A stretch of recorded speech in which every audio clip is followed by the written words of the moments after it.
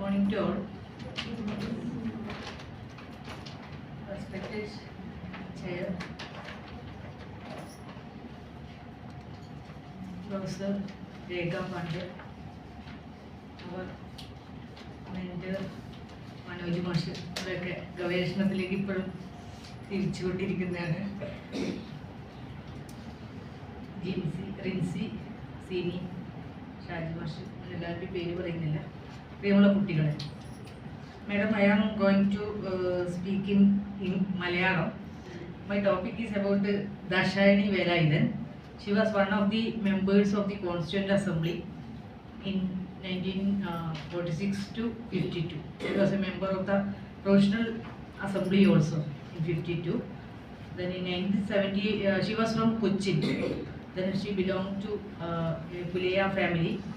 From that Pulaya family, she reached the zenith of, I think she was an embodiment of women empowerment.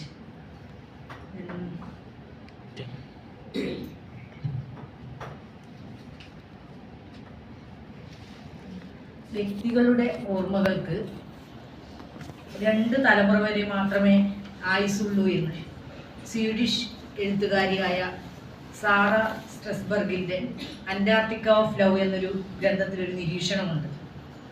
എന്നാൽ അത് സ്ത്രീകളാണെങ്കിൽ അവരെക്കുറിച്ചുള്ള ഓർമ്മകൾ ഒരു തലമുറ പോലും നിലനിൽക്കില്ല. അതുപോലെ തന്നെ അതൊരു ദളിത് സ്ത്രീയാണെങ്കിൽ അവർ തീർച്ചയായും ചരിത്രത്തിൽ നിന്ന് പാർശ്വവൽക്കരിക്കപ്പെട്ടു പോകും. അത്തരത്തിൽ മാർജിനലൈസ് ചെയ്ത ഒരു സ്ത്രീയാണ് ദാക്ഷായണി വേലായുധൻ. അവരെക്കുറിച്ച് അവർ എങ്ങനെയാണ് ചരിത്രത്തിൽ നിന്ന് നിഷ്കാസിതയായത്, അല്ലെങ്കിൽ ഇന്നത്തെ രാഷ്ട്രീയ സാമൂഹ്യ അന്തരീക്ഷത്തിൽ ദാക്ഷായണി വേലായുധൻ 1946 മുതൽ 52 വരെയുള്ള കാലഘട്ടത്തിൽ മുന്നോട്ട് വച്ച ആശയങ്ങൾ എത്രമാത്രം പ്രസക്തമാണ് എന്നതിനെക്കുറിച്ചുള്ള ഒരു അന്വേഷണമാണ് ഞാനിവിടെ അവതരിപ്പിക്കാൻ ഉദ്ദേശിക്കുന്നത്. നമുക്കറിയാം, ജാതി എന്ന് പറയുന്നത് കേരളീയ സമൂഹത്തിൽ അല്ലെങ്കിൽ ഇന്ത്യൻ സമൂഹത്തിലെ ഒരു യാഥാർത്ഥ്യമാണ്. Doctor B.R. അംബേദ്കർ നിരീക്ഷിച്ചതുപോലെ അതൊരു ശ്രേണീകൃതമായ അസമത്വമാണ്. അംബേദ്കർ പറയുന്നുണ്ട്, അത് മുകളിലോട്ട് പോകുന്തോറും ആഢ്യത്വവും താഴോട്ട് പോകുന്തോറും മ്ലേച്ഛത്വവുമുള്ള ഒരു സാമൂഹ്യ വ്യവസ്ഥയാണ് ജാതി. ശരിക്കും പറഞ്ഞാൽ നമ്മൾ ഈ ജാതിയെ അഭിസംബോധന ചെയ്യാതെ നമുക്ക് മുന്നോട്ട് പോകാൻ കഴിയില്ല. ഈ ജാതി ശ്രേണി എങ്ങനെ പ്രവർത്തിച്ചു എന്നതിൻ്റെ അടിസ്ഥാനത്തിലാണ് ദാക്ഷായണി വേലായുധൻ എങ്ങനെയാണ് ചരിത്രത്തിൽ നിന്ന് നിഷ്കാസിതയായത് എന്ന് നോക്കാനാണ് ഞാൻ ശ്രമിക്കുന്നത്. അതായത് 19-ാം നൂറ്റാണ്ടിലെയൊക്കെ, ഞാൻ അതിന് മുമ്പോട്ട് പോകുന്നില്ല, 19-ാം നൂറ്റാണ്ടിലെയൊക്കെ കേരളത്തിലെ ഒരു കേരളീയ സമൂഹത്തിൻ്റെ സ്ഥിതി ആലോചിച്ചാൽ നമുക്ക് മനസ്സിലാവും. താഴേക്കിടയിലുള്ള മനുഷ്യർക്ക് വഴി നടക്കാനുള്ള അവകാശമില്ല, വിദ്യാഭ്യാസത്തിനുള്ള അവകാശമില്ല, വസ്ത്രം ഒന്നിനുള്ള അവകാശമില്ല. ഞാൻ അപ്പോൾ ഓർമ്മിക്കുന്നത് 1870-കളിൽ കേരളം സന്ദർശിച്ച ഒരു മിഷണറി ഉണ്ട്, സാമുവൽ മെറ്റിഗർ. അദ്ദേഹത്തിൻ്റെ ഒരു പുസ്തകമുണ്ട്, native life in travel book. നിങ്ങൾ വായിച്ചിട്ടുണ്ടാവും, അതിൻ്റെ മലയാളമൊക്കെ ഉണ്ട്, ഞാൻ കണ്ട കേരളം എന്നൊക്കെയുള്ള പേരിൽ. ആ പുസ്തകത്തിലൊക്കെ ഇദ്ദേഹം വിവരിക്കുന്നുണ്ട് എങ്ങനെയാണ് ആ കാലഘട്ടത്തിൽ അധകൃത വിഭാഗങ്ങളോട് മറ്റു വിഭാഗക്കാർ പെരുമാറിയിരുന്നതെന്ന്. അതിൽ അദ്ദേഹം ഒരു ഉദാഹരണം പറയുന്നുണ്ട്. തിരുവിതാംകൂറിലെ അവസ്ഥയാണ് പറയുന്നത്. ഒരു പറയ വിഭാഗത്തിൽപ്പെട്ട ഒരു സ്ത്രീ, അവർ കൈക്കുഞ്ഞുമായി തലയിലൊരു ഭാരവും കൊണ്ട് പോവുകയാണ്. അപ്പൊ അവരൊരു ഇടവഴിയിലൂടെ പോകുമ്പോഴാണ് ഒരു ഉയർന്ന ജാതിയിൽപ്പെട്ട ഒരാൾ വരുന്നത്. ഈ ഉയർന്ന ജാതിക്കാരനെ കാണുമ്പോൾ ഇവർ ഓടി ഒളിക്കുകയാണ്. ഒരു പൊന്തക്കാട്ടിൽ ഈ കൈക്കുഞ്ഞിനെയും തലയിൽ വലിയ ഭാരവും കൊണ്ട് ഒളിച്ചിരിക്കുകയാണ്. നിങ്ങളുടെ അവസ്ഥ ഒന്ന് ആലോചിച്ച് നോക്കൂ. അതായിരുന്നു സാധാരണക്കാരായ അധകൃത വിഭാഗത്തിൽപ്പെട്ട ആളുകളുടെ അവസ്ഥ. പൊതുവഴികളെല്ലാം അവർക്ക് നിഷിദ്ധമായിരുന്നു. പൊതുവഴി നിഷിദ്ധമായിരുന്ന ഒരു കാലത്ത് എങ്ങനെയാണ് വിദ്യാഭ്യാസം ഉണ്ടാവുക? വിദ്യാഭ്യാസമേ ഇല്ല. അപ്പോഴാണ് നിങ്ങൾ ഈ 1889 എഴുതിയ ഇന്ദുലേഖ നിങ്ങൾ ആലോചിച്ച് നോക്കിയത്. ഓച്ചന്തുമേനോട് ഇന്ദുലേഖ നോക്കിയാൽ ഇന്ദുലേഖയിൽ പഠിക്കുന്നത് ഇന്ദുലേഖ ഇംഗ്ലീഷ് അറിയാം. ഇന്ദുലേഖ ഇംഗ്ലീഷ് പഠിക്കുന്നത് എവിടുന്നാണ്? അവള് നല്ല തറവാട് കോഴ്സാണ്. ഇപ്പൊ തറവാട്ടിൽ പറയുന്നത് നല്ല ധനിക നായർ കുടുംബത്തിൽ ജനിച്ചവളാണ് ഇന്ദുലേഖ. അതുകൊണ്ട് തന്നെ വീട്ടിൽ ട്യൂഷൻ മാഷൊക്കെ വെച്ചിട്ടാണ് അവള് പഠിക്കുന്നത്. പക്ഷെ അതേസമയം തന്നെ അതിൽ വേറൊരു കഥാപാത്രം കൂടിയുണ്ട്, കല്യാണിക്കുട്ടി എന്ന് പറഞ്ഞിട്ട്. നമ്മുടെ നമ്പൂതിരിപ്പാട് കല്യാണിക്കുട്ടി നിങ്ങൾ വായിച്ചിട്ടുണ്ടാവും ഞാൻ വിചാരിക്കുന്നു കേട്ടോ. ഇന്ദുലേഖ വായിച്ചിട്ടുണ്ടാവില്ലേ? അല്ലെ? ഇപ്പം കല്യാണിക്കുട്ടിക്ക് വിദ്യാഭ്യാസമൊന്നുമില്ല, അവള് പാവപ്പെട്ട കുടുംബമാണ്, അതുകൊണ്ട് അവളെ കല്യാണം കഴിച്ച് കൊണ്ടുപോകാൻ സൂര്യൻ പൂരിപ്പാട്. അപ്പം അത്തരത്തിലുള്ള ഒരു, അതായത് ഒരു വിദ്യാഭ്യാസം എന്നൊക്കെ പറയുന്നത് ഒരു സവർണർക്ക് മാത്രം ഒതുങ്ങിയിരുന്ന ഒരു കാലമായിരുന്നു അന്നുണ്ടായിരുന്നത്. അപ്പം അതിനെതിരെയുള്ള വലിയ പ്രക്ഷോഭങ്ങൾ, വലിയ നവോത്ഥാന പ്രക്ഷോഭങ്ങൾ ഇവിടെ ഉണ്ടാവുന്നു. അതിന് ശ്രീനാരായണ ഗുരു, അയ്യങ്കാളിയൊക്കെ അതിന് നേതൃത്വം കൊടുക്കുന്നത്. ഞാൻ എൻ്റെ വിശദാംശങ്ങളിലേക്കൊന്നും പോകുന്നില്ല. ഈ ഒരവസ്ഥയിലാണ്, അതായത് 1912 ദാക്ഷായണി വേലായുധന്റെ ജനനം. 1912 ജൂലൈ 15 അവര് കൊച്ചിയിലത്തെ മുളവുകാട് എന്ന് പറയുന്ന ഒരു പ്രദേശത്താണ് അവർ ജനിച്ചത്. അപ്പൊ ഈ മുളവുകാടിന്റെ ഒരു പ്രത്യേകത എന്ന് പറയുന്നത്, അന്നത്തെ ഈ 1912 ആ ഒരു കാലത്ത് ശരിക്കും ഏകദേശം ഒരു നവോത്ഥാന പ്രസ്ഥാനങ്ങളൊക്കെ വളർന്നിരുന്ന ഏറ്റവും കൂടുതൽ വേരുള്ളൊരു പ്രദേശമായിരുന്നു മുളവുകാട് എന്ന് പറയുന്നത്. നിങ്ങൾ പണ്ഡിറ്റ് KP കറുപ്പനെ കേട്ടിട്ടുണ്ടാവും. അദ്ദേഹത്തിന്റെ ഒക്കെ പ്രവർത്തന മണ്ഡലമായ പ്രദേശമാണ് മുളവുകാട്. പിന്നെ കൂടാതെ ഇദ്ദേഹത്തിന്റെ ഏറ്റവും പ്രശസ്തമായ ഒരു കവിതയൊക്കെ ഉണ്ട്, ജാതിക്കുമ്മി എന്നൊക്കെ പറഞ്ഞിട്ട്. നിങ്ങൾ വായിച്ചിട്ടുണ്ടാവും. ഇല്ല, നിങ്ങളൊന്ന് വായിക്കണം ജാതിക്കുമ്മി, പണ്ഡിറ്റ് KP കറുപ്പന്റെ. അദ്ദേഹം ഈ KP കറുപ്പന്റെ ഒക്കെ പറയുന്നത് അദ്ദേഹം വലിയ സംസ്കൃത പണ്ഡിതനും വലിയ പണ്ഡിതനൊക്കെ ആയിരുന്നു. അപ്പൊ അങ്ങനെ അദ്ദേഹം 1912 അവിടെ ഒരു സ്കൂളില്, എറണാകുളത്തെ ഒരു സ്കൂളില്, ഗേൾസ് സ്കൂളിലാണ്, അവിടെ സവർണ വിഭാഗത്തിൽ മാത്രം പെൺകുട്ടികൾ പഠിക്കുന്ന സ്കൂളിലാണ് ഇദ്ദേഹത്തിന് അധ്യാപകനായിട്ട് ജോലി കിട്ടിയിട്ട് ഇദ്ദേഹം അവിടെ പോവുകയാണ്, KP കറുപ്പൻ. അപ്പൊ അന്ന് KP കറുപ്പനാണ് അറിയപ്പെടുന്ന ഒരു സാമൂഹ്യ പരിഷ്കർത്താവാണ്, അതിനൊക്കെ വലിയ വിലയൊക്കെ ഉള്ള ഒരാളാണ്. അദ്ദേഹം അവിടെ പോയപ്പോൾ ഈ സവർണ വിഭാഗങ്ങളിലെ കുട്ടികൾ പിന്നെ സ്കൂളിൽ പോകാതായി. അവർ വലിയ പ്രതിഷേധം അറിയിച്ചു, ഞങ്ങൾ ഈ താഴ്ന്ന വിഭാഗത്തിൽപ്പെട്ട ആൾ പഠിപ്പിച്ചാൽ ഞങ്ങൾ പഠിക്കൂല എന്ന് പറഞ്ഞിട്ട്. പക്ഷെ അന്ന് കൊച്ചി മഹാരാജാവ് ഈ സവർണന്റെ കൂടെ നിന്നില്ല. അദ്ദേഹം കുട്ടികളെ ശാസിച്ചു എന്നാണ് പറയുന്നത്, നിങ്ങളുടെ ക്ലാസ്സിൽ ഇരിക്കണം, ഇല്ലേ നിങ്ങൾ വീട്ടിൽ പോയിക്കോ എന്ന് പറഞ്ഞ്. അങ്ങനെ ഒരു ഇത്, അങ്ങനെയാണ് അദ്ദേഹം, പിന്നെ അവിടെ നിന്ന് അധികം മാറിപ്പോയതൊക്കെയാണ് കഥ. ഞാൻ പറയുന്നത് അത്തരത്തിലുള്ള ജാതിയാണ് ഇവിടെ നിലനിന്നിരുന്നത്. പക്ഷെ ദാക്ഷായണി വേലായുധനുണ്ടായിരുന്ന ഒരു ഭാഗ്യം എന്ന് പറയുന്നത്, അവരൊരു നവോത്ഥാന പരിഷ്കരണമൊക്കെ നടന്നുകൊണ്ടിരിക്കുന്ന ഒരു സമയത്താണ് അവരുടെ ജനനം. അവരുടെ വീട് എന്ന് പറഞ്ഞാല് അവരുടെ അച്ഛന്റെ സഹോദരനുണ്ട്, കൃഷ്ണാദി ആശാൻ എന്ന് പറഞ്ഞിട്ട്. അദ്ദേഹം ഈ കായൽ സമ്മേളനം, ഞാൻ എന്റെ വിശദാംശങ്ങൾ പറയാം, കായൽ സമ്മേളനത്തിലൊക്കെ അതിന്റെ നേതൃത്വം ആദ്യത്തെ അധ്യക്ഷനൊക്കെ ആയിരുന്നു. അപ്പം ഇവരുടെ ഈ ദാക്ഷായണി വേലായുധന്റെ അച്ഛന്റെ പേര് കല്ലച്ചാമുറി കുഞ്ഞെന്നാണ്. അദ്ദേഹം ഒരു സ്കൂൾ അധ്യാപകനായിരുന്നു. അപ്പൊ നമുക്കറിയാലോ, ഒരു സ്കൂൾ ഇന്നത്തെ പോലത്തെ ശമ്പളമൊന്നും സ്കൂൾ അധ്യാപകൻ ഇല്ല, എങ്കിലും ആ ഒരു ഭൗതികമായ സാഹചര്യത്തിലാണ് ഇവർ ജനിച്ചതെന്നാണ് ഞാൻ പറയാൻ ശ്രമിക്കുന്നത്. പിന്നെ ഇവരുടെ ദാക്ഷായണി വേലായുധന്റെ അമ്മയുടെ പേര് മാണിയമ്മ എന്നാണ്. ഈ മാണിയമ്മ പിന്നീട് ക്രിസ്തു മതത്തിലേക്ക് മതപരിവർത്തനം നടത്തുന്നുണ്ട്. പക്ഷെ 5 മക്കളുണ്ട്, 5 മക്കളും മതപരിവർത്തനം നടത്തുന്നില്ല. അപ്പൊ അതിലത്തെ അത് വളരെ നമ്മുടെ വിനിൽപ്പോളൊക്കെ അതിന്റെ ചില പഠനങ്ങളൊക്കെ പറയുന്നുണ്ട്. അപ്പോൾ ഞാൻ അതിലേക്കും പോകുന്നില്ല. അപ്പൊ ഞാൻ പറഞ്ഞത്, അപ്പൊ കുറച്ച് അങ്ങനെയുള്ള ഒരു അന്തരീക്ഷത്തിലാണ് ഇനി ഇവരുടെ സഹോദരൻ KP വള്ളോൻ എന്ന് പറഞ്ഞിട്ട്, KP വള്ളോൻ. അദ്ദേഹം അന്നത്തെ ഒരു സാമൂഹ്യ പരിഷ്കരണ പ്രസ്ഥാനത്തിലൊക്കെ ഏർപ്പെട്ടുകൊണ്ടിരിക്കുന്ന ഒരാളാണ്. അപ്പം അങ്ങനെയുള്ള ഒരു അന്തരീക്ഷം. പിന്നെ ഇവരുടെ പേര് നിങ്ങൾ ആലോചിച്ച് നോക്കി, ദാക്ഷായണി എന്നാണ് ഒരു സവർണ നാമം, നമ്മളൊരു പൊതു കാഴ്ചപ്പാട് സവർണ നാമമാണ്. സാധാരണ ഇവരുടെ പേരുകൾ, ഈ അധകൃത വിഭാഗത്തിൽപ്പെട്ട ആളുകളുടെ പേര് നിങ്ങൾ നോക്കിയാൽ മനസ്സിലാവും. ഞങ്ങളുടെ നാട്ടിലൊരു സ്കൂളിന്റെ ഒരു ചരിത്രം പഠിക്കാനൊരു ചെറിയ ശ്രമം നടത്തിയിരുന്നു 1921 സ്കൂളിന്റെ. അപ്പൊ അവിടുത്തെ ആദ്യത്തെ കുട്ടികളുടെ ഒക്കെ പേര് വിരുന്തൻ, വിരുന്തി, മല്ലൻ, കല്ലൻ, ഇതൊക്കെയാണ് പേര്. എന്താ പേരിനൊരു അങ്ങനെയാണ് സാധാരണ അധകൃത വിഭാഗങ്ങളിലെ കുട്ടികൾക്ക് പേരിട്ടിരുന്നത്. പക്ഷെ അതിൽ നിന്ന് വിഭിന്നമായിട്ട് ദാക്ഷായണിക്കുള്ള പേര് നിങ്ങളാണ് ദാക്ഷായണി, അല്ലെ? സീതയുടെ വരിയായിട്ടാണ് ഇതിനെ പറയുന്നത്. അപ്പൊ അങ്ങനെയുള്ള പേര്, അതായത് ഇവരുടെ ഒരു കുടുംബ പശ്ചാത്തലം അങ്ങനെയായിരുന്നു. അപ്പം എന്നിട്ട് പറഞ്ഞു 1912 ജനിച്ച് 13 ആ സമയത്ത്, അതിനു മുമ്പേ തന്നെ അയ്യങ്കാളിയുടെ പ്രസ്ഥാനങ്ങളൊക്കെ ഇവിടെ വേര് പിടിച്ചു കഴിഞ്ഞിരുന്നു. 1904 ഈ അയ്യങ്കാളി ഒരു സ്കൂൾ സ്ഥാപിക്കുന്നത്, അധകൃത വിഭാഗത്തിൽപ്പെട്ട കുട്ടികൾക്ക് വേണ്ടി 1904 സ്കൂൾ സ്ഥാപിച്ചു. നിങ്ങൾക്ക് അതൊക്കെ അറിയാതെ ഞാൻ വിചാരിക്കുന്നത്. പക്ഷെ ആ സ്കൂൾ സ്ഥാപിച്ച് കുറച്ച് ദിവസങ്ങൾക്കുള്ളിൽ തന്നെ സവർണ വിഭാഗക്കാർ ആ സ്കൂൾ കത്തിച്ചു കളഞ്ഞു, തീ വെച്ച് നശിപ്പിച്ചു കളഞ്ഞു. പിന്നീട് 1907 ഗവൺമെന്റ് ഒരു ഉത്തരവ് വരുവാണ്, അധകൃത വിഭാഗങ്ങളിലെ കുട്ടികൾക്കും കൂടെ സർക്കാർ സ്കൂളിൽ പഠിക്കാന്നുള്ളൊരു ഉത്തരവ് വരുന്നത്. ആ സമയത്ത് അയ്യങ്കാളി ഒരു വലിയൊരു പണിമുടക്ക് നടത്തുന്നുണ്ട്. അത് ചരിത്രത്തിൽ ചിലവർ പറയും കാർഷിക പണിമുടക്കാണ്. കാർഷിക പണിമുടക്കല്ല, ശരിക്കും പറഞ്ഞത് വിദ്യാഭ്യാസ പണിമുടക്ക് തന്നെയാണ്. അതായത് ഇനി നമ്മൾ കൃഷിയിടങ്ങളിൽ ഞങ്ങൾ പണിക്ക് വരില്ല, ഞങ്ങൾ നിങ്ങളുടെ പാടങ്ങളിൽ ഞങ്ങൾ മുട്ടിപ്പുല്ല് മുളപ്പിക്കും, ഞങ്ങളുടെ കുട്ടികളെ നിങ്ങൾ സ്കൂളിൽ പ്രവേശിപ്പിക്കുന്നില്ലെങ്കിൽ എന്നുള്ളൊരു അന്ത്യശാസനാണ് അയ്യങ്കാളി കൊടുക്കുന്നത്. അതിന്റെ ഭാഗമായിട്ട് കുട്ടികൾക്ക് സ്കൂളിൽ പ്രവേശനം കൊടുക്കുന്നൊന്നുമില്ല. അങ്ങനെയുള്ളൊരു കാർഷിക പണിമുടക്ക് വലിയ മാറ്റങ്ങൾ, അതായത് വലിയൊരു ചിന്തയിലേക്ക് കേരളീയ സമൂഹത്തിന് ഉണർത്തുന്നുണ്ട്. അത് കഴിഞ്ഞ് 1914 അയ്യങ്കാളി പഞ്ചമി എന്നുള്ള ഒരു പൂജാരി എന്ന് പറഞ്ഞ ഒരാളുടെ 8 വയസ്സുള്ള മകളെ നമ്മൾ ഊരുട്ടമ്പല സ്കൂളിൽ കൊണ്ടുപോയി ചേർക്കുന്നു. അപ്പോൾ അവിടെയുള്ള അധ്യാപകർ സവർണ അധ്യാപകർ സമ്മതിക്കുന്നില്ല. പക്ഷെ അവരുടെ വിസമ്മതൊന്നും കണക്കിലെടുക്കാണ്ട് ഈ കുട്ടീനെ നിർബന്ധമായിട്ട് പഞ്ചമിനോട് ചേർക്കുന്നു. പക്ഷെ അന്ന് തന്നെ ആളുകൾ ആ സ്കൂളിലും തീ വെക്കുവാണ്. അങ്ങനെയൊക്കെയുള്ള അതായത് ഈ ദളിത് അധകൃത വിഭാഗത്തിലെ കുട്ടികൾക്ക് വേണ്ടിയുള്ള വിദ്യാഭ്യാസം വേണമെന്നുള്ള ആശയങ്ങൾ സജീവമായിക്കൊണ്ടിരിക്കുന്ന സമയത്താണ് ദാക്ഷായണി വേലായുധൻ ജനിക്കുന്നത്. പിന്നെ അതിനു മുന്നേ തന്നെ അയ്യങ്കാളിയുടെ നേതൃത്വത്തിൽ 1993 വില്ലുവണ്ടി സമരം നടക്കുന്നത്. എനിക്ക് തോന്നുന്നു കേരള ചരിത്രത്തിലെ ഇത്രയും ചലനാത്മകമാക്കിയ വേറൊരു സമരം ഇല്ല. വില്ലുവണ്ടി സമരം എന്ന് പറയുന്നത് അതായത് അന്ന് ഈ രാജവീതികളും ഗ്രാമവീതികളും ഉണ്ട്. രാജവീതികൾ എന്ന് പറഞ്ഞാൽ പൊതുവഴികളാണ്. ഗ്രാമവീതികൾ എന്ന് പറഞ്ഞാൽ സ്വകാര്യ വഴികൾ. ഈ രാജവീതികളിലൂടെ സാധാരണ ഈ അധകൃത വിഭാഗത്തിൽപ്പെട്ട ആളുകളെ വഴി നടക്കാൻ വേണ്ടി സവർണ വിഭാഗത്തിൽപ്പെട്ട ആളുകൾ സമ്മതിച്ചിരുന്നില്ല. അപ്പൊ അവര് ആരെങ്കിലും അങ്ങനെ പോയാൽ തന്നെ അവർക്ക് അടി കിട്ടും. മർദ്ദനാണ്, കൊടിയ മർദ്ദനേറ്റിരുന്നു. അപ്പൊ അയ്യങ്കാളി എന്ത് ചെയ്യുന്ന വെച്ചാൽ ഇവരുടെ ഈ വിലക്കിനെ മറികടന്ന് ഒരു വില്ലുവണ്ടി വാങ്ങി വലിയ രാജകീയ വേഷമൊക്കെ ധരിച്ചിട്ട്, നിങ്ങൾ അംബേദ്കറിന്റെ വേഷം ആലോചിച്ച് നോക്കിയത്, ഗാന്ധി അദ്ദേഹത്തിന്റെ വേഷത്തിൽ നിന്ന് താഴോട്ട് പോവുകയും അംബേദ്കറിന്റെ വേഷം വലിയ കോട്ടും സൂട്ടൊക്കെ അല്ലേ. അപ്പൊ അങ്ങനെ അതുപോലെ അയ്യങ്കാളി തലപ്പാവൊക്കെ ധരിച്ച് നല്ല വെള്ള വസ്ത്രമൊക്കെ ധരിച്ചിട്ട് ഇതിൽ പോവുകയാണ്. അപ്പൊ അതിലൂടെ അയ്യങ്കാളി നടത്തുന്ന പ്രഖ്യാപനം എന്ന് പറഞ്ഞാല് ഇതൊന്നും ഈ റോഡുകളൊക്കെ ദളിതർക്ക് മാത്രമുള്ളതല്ല. ദളിതർക്ക് വേണ്ടിയിട്ടല്ല അയ്യങ്കാളി സമരം വില്ലുവണ്ടി സമരം നടത്തുന്നത്.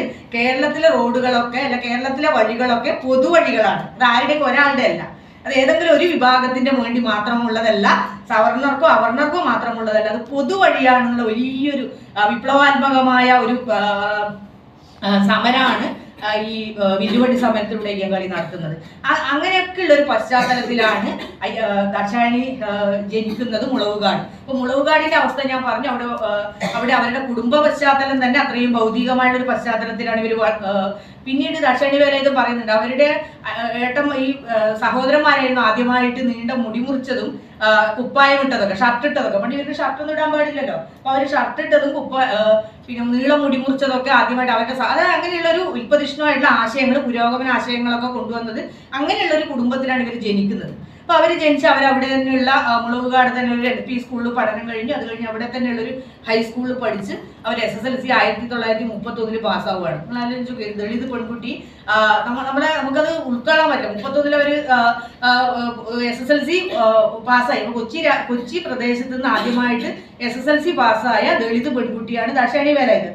അവരുടെ മകളുണ്ട്, ദാക്ഷായണി വേലായുധന്റെ മകളുണ്ട്, മീര വേലായുധൻ എന്ന് പറഞ്ഞിട്ട്. അവർ ഇപ്പോഴുള്ളതാണ്. അവർ വലിയ ആക്ടിവിസ്റ്റാണ്, ചരിത്രകാരിയാണ്, എഴുത്തുകാരിയാണ്. അപ്പൊ അവരതിന് അമ്മയെ കുറിച്ചുള്ള ചില ഓർമ്മകളിൽ പറയുന്നുണ്ട്. എല്ലാ കാര്യങ്ങളും ഒന്നാമതായിരുന്നു അമ്മ. ഒരുപാട് ഫസ്റ്റ് ഉള്ള ഒരു ഇതുണ്ട് ദാക്ഷായണി വേലായുധന്. കോൺസ്റ്റിറ്റ്യൂന്റ് അസംബ്ലിയിലെ ആദ്യത്തെ ദളിത്, അങ്ങനെ ഒരുപാട്.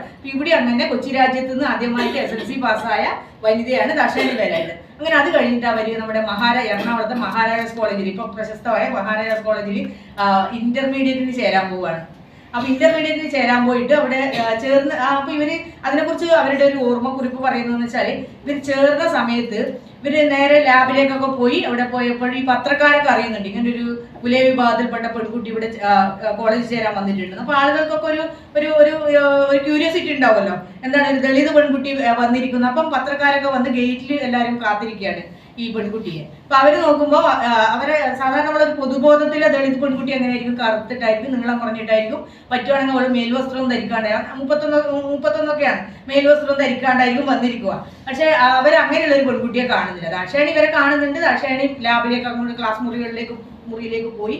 പക്ഷെ പിന്നീടാണ് അറിയുന്നത് ഇങ്ങനെ പത്രക്കാർ വരെ വീട്ടിൽ. അതായത് നമ്മുടെ ഒരു പൊതുബോധമാണ് ഇത് സംസാരിക്കുന്നത്. അപ്പം അത് കഴിഞ്ഞ് അവിടെ ഈ ലാബിലൊക്കെ അവർ പിന്നെ കെമിസ്ട്രി മെയിൻ എടുത്തിട്ടാണ് പഠിച്ചത്, BSc. അപ്പം കെമിസ്ട്രി ലാബിലൊക്കെ അവർക്ക് നേരിട്ട് അയിത്തത്തിനെ കുറിച്ചിട്ട് അവരുടെ ഓർമ്മക്കുറിപ്പുകളിൽ പറയുന്നുണ്ട്. അപ്പൊ അവർ പറയുന്നതെന്ന് വെച്ചാൽ ഈ സവർണ അധ്യാപിക അവർക്ക് ലാബിലൊക്കെ അതായത് ലാബിലെ ഉപകരണങ്ങൾ തൊടാൻ ഇവരെ അനുവദിച്ചിരുന്നില്ല. അവർ ദൂരെ നിന്നിട്ടാണ് ഈ പരീക്ഷണങ്ങൾ കാണിച്ചു കൊടുത്തിരുന്നത്. എന്നിട്ടും അവർ 1935 സെക്കൻഡ് ക്ലാസ്സോടെ, ഹൈ സെക്കൻഡ് ക്ലാസ്, നമ്മൾ സെക്കൻഡ് ക്ലാസ് എന്ന് പറയുമ്പോൾ ഇപ്പോഴത്തെ സെക്കൻഡ് ക്ലാസ് അല്ല കേട്ടോ, അന്നത്തെ സെക്കൻഡ് ക്ലാസ് എന്ന് പറഞ്ഞാൽ അത്രയും ഉയർന്നതാണ്, ഇന്നത്തെ റാങ്കിനേക്കാളും വിലയുള്ളതാണ്. അപ്പൊ അങ്ങനെ സെക്കൻഡ് ക്ലാസ്സോടെ അവർ അവിടുന്ന് BSc കെമിസ്ട്രി പാസ്സായി. അങ്ങനെ ഇന്ത്യയിലെ തന്നെ ആദ്യത്തെ ബിരുദം നേടിയ ദളിത് വനിതയായിട്ട് അവർ മാറുകയാണ് 35.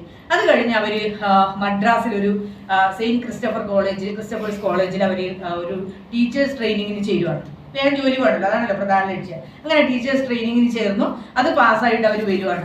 വന്നു കഴിഞ്ഞിട്ട് അവർ പിന്നെ നമ്മുടെ തൃശ്ശൂരൊക്കെ പെരിങ്ങോട്ട് പറയാനുള്ള ഒരു കാര്യം എന്ന് പറയുന്നത്, ഈ 1912 ദാക്ഷായണി വേലായുധൻ ജനിച്ച പിറ്റത്തെ വർഷം തന്നെ കേരള ചരിത്രത്തിൽ ഏറ്റവും പ്രധാനപ്പെട്ട ഒരു സമ്മേളനം നടക്കുന്നുണ്ട് 1913 ഏപ്രിൽ 21. അതാണ് ഈ കായൽ സമ്മേളനം എന്നുള്ള പേരിൽ പ്രശസ്തമായതാണ്. നിങ്ങളത് കേട്ടിട്ടുണ്ടോ? കായൽ സമ്മേളനം എന്ന് പറയുന്നത് ഈ KP കറുപ്പന്റെയും KP വള്ളോന്റെയും, KP വള്ളോന് 13 വയസ്സേ ഉള്ളൂ.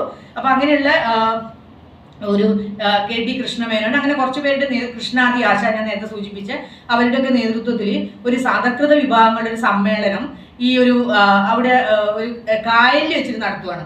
അപ്പൊ എന്തിനാ കായലിൽ നടത്താൻ, അവർക്ക് കരയിൽ നടത്തിക്കൂടെ നമ്മൾ ചോദിക്കും. കരയിൽ നടത്താൻ അവർക്ക് ആരും അനുവാദം കൊടുക്കുന്നില്ല. കരയിലേക്ക് ഒന്നും വരാൻ ഇവർക്ക് അനുവാദമില്ല. അപ്പൊ ഇവർ അനുവാദം അവിടെയുള്ള എറണാകുളത്ത് സെയിന്റ് ആൽബർട്ട്സ് കോളേജിൽ പെർമിഷൻ ചോദിക്കുകയാണ്, ഇങ്ങനെ സമ്മേളനം നടത്തട്ടെ എന്ന് പെർമിഷൻ ചോദിച്ചപ്പോൾ അവർക്ക് കിട്ടിയ മറുപടി, പുലയർ ഇങ്ങനെ കൃഷിപ്പണിക്ക് പോകേണ്ടവരാണ്, നിങ്ങളിങ്ങനെ സമ്മേളനം നടത്തി വന്നാൽ ഭാവിയിൽ നമുക്ക് കൃഷിപ്പണിക്ക് ആളെ കിട്ടൂല. അതാണ് നമ്മളൊരു പൊതുവായിട്ടുള്ള ഒരു കാഴ്ചപ്പാട്. അതായത് പുലയരുടെ പ്രധാനപ്പെട്ട തൊഴിൽ കൃഷിയാണ്. കൃഷിയായിട്ട് അല്ലെങ്കിൽ കൃഷിപ്പാടുമായിട്ട് അറ്റാച്ച് ചെയ്തിട്ടാണ് നമ്മൾ എപ്പോഴും പുലയരെ വിചാരിക്കുക. ഇപ്പൊ തിക്കോടിയന്റെ ആത്മകഥയിലൊക്കെ അരങ്ങ് കാണാത്ത നടനിലൊക്കെ അത് പ്രധാനമായിട്ട് പറയുന്നുണ്ട്. ഇവരെപ്പോഴും താമസിക്കുന്നത് തോട്ടിന്റെ വക്കിലോ അല്ലെ, അല്ലെങ്കിൽ പാടത്തിന്റെ വരമ്പിലോ, ചെറിയ ചെറിയൊരു ഷീറ്റ് കൊണ്ടൊക്കെ മറിച്ച് അങ്ങനെയാണ്. അതായത് എപ്പോഴും ഈ പാടത്തിന്റെ വക്കിലായിരിക്കും ഇവരുടെ വാസസ്ഥലം എന്ന് പറയുന്നത്. ഇപ്പം ഞങ്ങളുടെ നാടിന്റെ ഒക്കെ ഒരു ചരിത്രം ചെയ്യുമ്പോൾ അത് വളരെ വിശദമായിട്ട് മനസ്സിലാവുന്നുണ്ട്. ഈ ഒരു വിഭാഗത്തിൽപ്പെട്ട ആളുകൾ എപ്പോഴും, അതായത് അങ്ങനെയാണ് അവരുടെ പേര് വന്നതെന്നുള്ളതിന്റെ ഒരു, എനിക്കതിനെ കുറിച്ച് കൃത്യമായിട്ട് അറിയില്ല, അങ്ങനെ ഒരു ആഖ്യാനം പറയുന്നുണ്ട്. അതായത് നേരത്തെ ഉണ്ടായിരുന്ന ആദിവാസ മേഖലയിൽ നിന്ന് അവർ പുറന്തള്ളപ്പെട്ടവരാണ്. അതുകൊണ്ടാണ് അവർക്ക് പുറന്തള്ളപ്പെട്ടവർ എന്നുള്ള അർത്ഥത്തിലാണ് പുലയർ എന്നുള്ള വാക്ക് ഉപയോഗിക്കുന്നത്. മനോജ് മാഷി യോജിക്കുമോ എനിക്ക് അറിഞ്ഞൂടാ, ഞാൻ ഒരു യോജിക്കണ്ട. അപ്പം ഞാൻ അതിന്റെ അത്തരത്തിൽ എന്തായാലും ഒരു കാലത്ത് പുറന്തള്ളപ്പെട്ടവരാണെന്ന് പറയാൻ എനിക്ക് ഒരുപാട് ഉദാഹരണങ്ങൾ കൂടി ഉണ്ട്. ഞാൻ കുറച്ച് കഴിഞ്ഞിട്ട് പറയാം. അപ്പൊ ഞാൻ പറഞ്ഞു വന്നത്, അങ്ങനെ പുറന്തള്ളപ്പെട്ട ഒരു വിഭാഗം ഒരു ചെറിയൊരു യോഗം നടത്താൻ അവർ സ്ഥലം ചോദിക്കും. കരയിൽ നിങ്ങൾക്ക് സ്ഥലം തരാൻ പറ്റില്ല എന്ന് കൊച്ചി മഹാരാജാവും അവിടെയുള്ള മറ്റ് സ്വകാര്യ വ്യക്തികളൊക്കെ അറിയിച്ചതിനെ തുടർന്നിട്ട് ഇവർക്ക് യോഗം നടത്തണം. അങ്ങനെയാണ് ഇവര് കുറെ കെട്ടുവള്ളങ്ങളൊക്കെ, കട്ടമരങ്ങളൊക്കെ കൂട്ടിച്ചേർത്തിട്ട്, വള്ളങ്ങളൊക്കെ കൂട്ടിച്ചേർത്തിട്ട് അതിലൊരു സമ്മേളനം, അതാണ് കായൽ സമ്മേളനം എന്നുള്ള പേരിൽ അറിയപ്പെടുന്നത്. അപ്പൊ അതിൽ അധ്യക്ഷത വഹിച്ചത് പ്രസിഡന്റ് ആയിരുന്നത് നമ്മുടെ കൃഷ്ണാദി ആശാനായിരുന്നു, നമ്മുടെ ദാക്ഷായണിയുടെ ഇളയച്ചനാണ്. അപ്പം ഈ സമ്മേളനത്തിൽ ഇവരൊരു ഒരു പ്രമേയം പാസ്സാക്കുന്നതെന്ന് വെച്ചാൽ, എറണാകുളത്തേക്ക് സഞ്ചരിക്കാൻ വേണ്ടി, എറണാകുളത്തേക്ക് പ്രവേശിക്കാൻ വേണ്ടി, അധകൃതർക്ക് പ്രവേശിക്കാൻ വേണ്ടി ഒരു നിവേദനം കൊച്ചി മഹാരാജാവിന് കൊടുക്കുകയാണ്. നിങ്ങൾ ആലോചിച്ച് നോക്കാറുള്ള സ്ഥിതി. അപ്പൊ ഇവർക്ക് എവിടെയും പ്രവേശനം ഇല്ലാന്നല്ല ഇതിൽ തന്നെ മനസ്സിലാവുന്നത്. അപ്പം അതാണ് ഈ സമ്മേളനത്തിലാണ് കൊച്ചി പുലയ മഹാജനസഭ സ്ഥാപിക്കുന്നത്. പിന്നീട് അതിന്റെ ചരിത്രമൊക്കെ ഉണ്ട്, ഞാൻ അതിലേക്ക് പോകുന്നില്ല. അപ്പം അങ്ങനെ ആ ഒരു അന്തരീക്ഷത്തിലാണ് ദാക്ഷായണി വളർന്നത് എന്നുള്ളതാണ് ഞാൻ പറയാൻ ശ്രമിക്കുന്നത്. ഇവർക്ക് വളരെ ചെറുപ്പത്തിൽ തന്നെ അച്ഛൻ നഷ്ടപ്പെട്ടു. അതിലൊരു ഇത് കൂടി പറയുന്നത്, കൃഷ്ണാദി ആശാൻ എന്ന് പറഞ്ഞ ഇവരുടെ ഇളയച്ചൻ ഒരുപാട് പണമൊക്കെ ഈ സാമൂഹ്യ പ്രവർത്തനത്തിന് വേണ്ടി ചെലവാക്കിയിരുന്നുകൊണ്ട് ഇവരുടെ കുടുംബം പിൽക്കാലത്ത് വളരെ ദരിദ്രമായിട്ട് തീർന്നു. അത് ജനിച്ച കാലത്തൊക്കെ കുറച്ചും കൂടെ സമ്പന്നമായ ഒരു അന്തരീക്ഷമായിരുന്നു ഇവരുടെ വീട്ടിലുണ്ടായിരുന്നത്. ഇതും നമ്മളൊരു പൊതുബോധത്തിന് നിരക്കാത്തട്ടോ. നമ്മൾ എപ്പോഴും വിചാരിക്കലെന്ന് വെച്ചാൽ ദളിതരൊക്കെ ഒന്നുമില്ലാത്ത, വളരെ എന്താ പറയുക, വളരെ ഭൂമിയോ ഒന്നുമില്ലാത്ത, പക്ഷെ അതൊന്നുമല്ല. ശരിക്കും അയ്യങ്കാളിക്കൊക്കെ എത്രയോ ഏക്കർ ഭൂമി ഉണ്ടായിരുന്നു എന്നാണ് പറയുന്നത്, അയ്യങ്കാളിയുടെ കുടുംബത്തിനൊക്കെ. അങ്ങനെയല്ല അത്. പക്ഷെ അവരുടെ സാമൂഹ്യ സ്ഥാനവും അവർക്ക് എന്താ പറയുന്നത്, സഞ്ചാര സ്വാതന്ത്ര്യമോ ഒന്നും ഇല്ലാതിരുന്ന ഒരു അവസ്ഥയാണ് ഏറ്റവും ഭീകരമായിട്ടുണ്ടായിരുന്നത്. അപ്പം ദാക്ഷായണി വേലായുധൻ ഞാൻ പറഞ്ഞത്, അതിനുശേഷം പെരിങ്ങോട്ടുകര സ്കൂളിൽ അവർ അധ്യാപികയായിട്ട് വരുവാണ്. അപ്പം ഈ പെരിങ്ങോട്ടുകര സ്കൂളിൽ വന്നപ്പോൾ അവർ അവിടെ ഒരു വാടക വീട് എടുത്തിട്ടാണ് താമസിച്ചിരുന്നത്.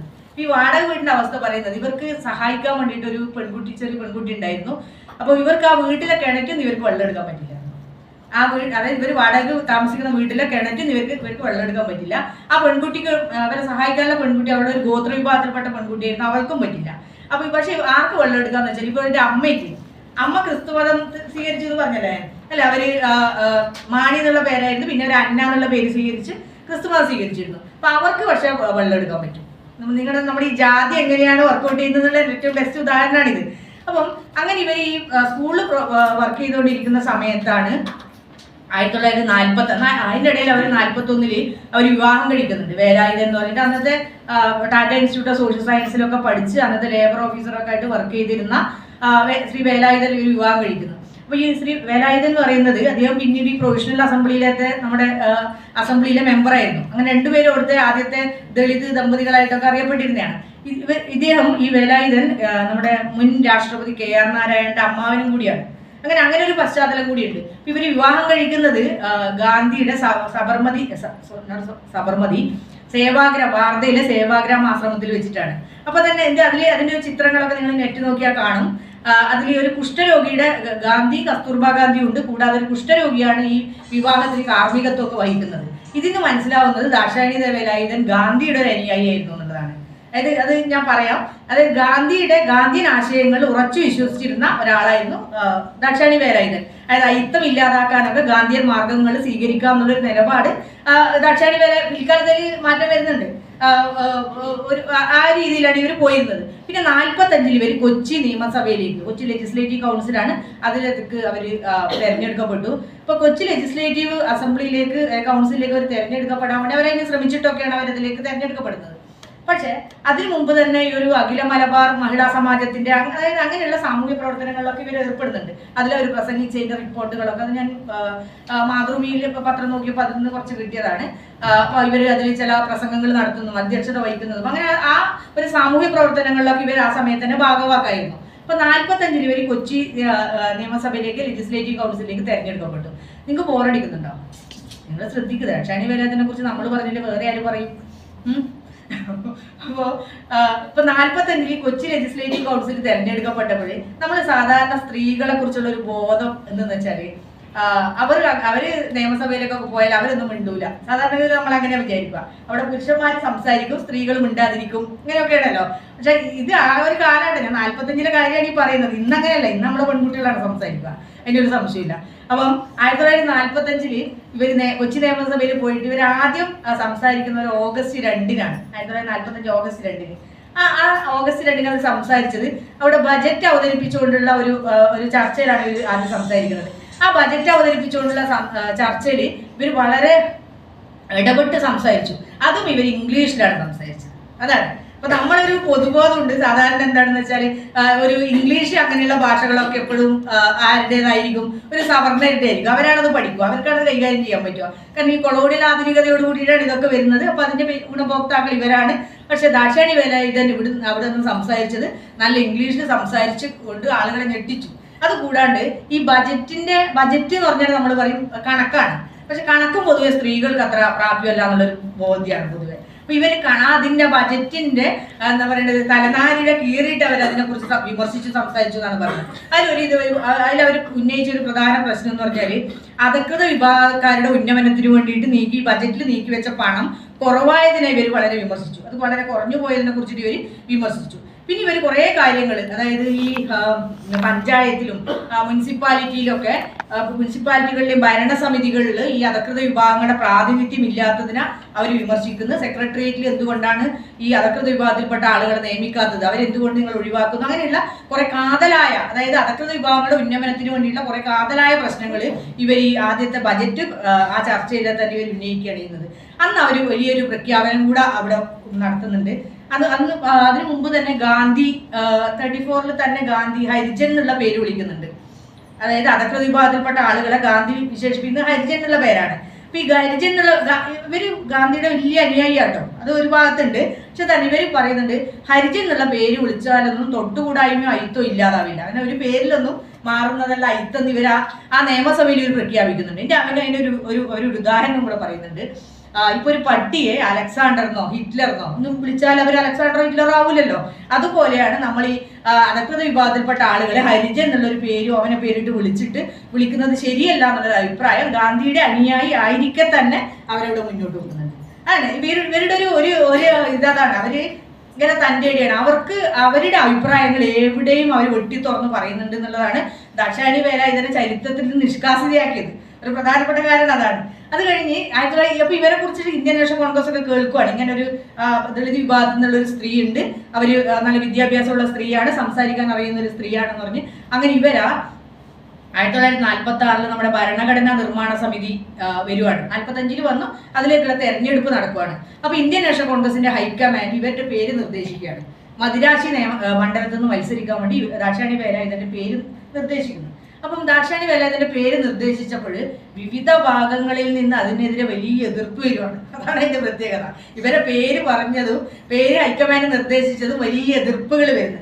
എതിർപ്പ് വന്നത് എവിടെ നിന്ന് വെച്ചാൽ അഖിലേന്ത്യാ ഷെഡ്യൂൾഡ് കാസ്റ്റ് പട്ടികജാതി ഫെഡറേഷന്റെ ഭാഗത്താണ് ആദ്യത്തെ എതിർപ്പ് വരുന്നത്. അംബേദ്കർ സ്ഥാപിച്ച അഖിലേന്ത്യാ ഷെഡ്യൂൾഡ് കാസ്റ്റ് ഫെഡറേഷന്റെ ഭാഗത്ത് എതിർപ്പ് വരുന്നു.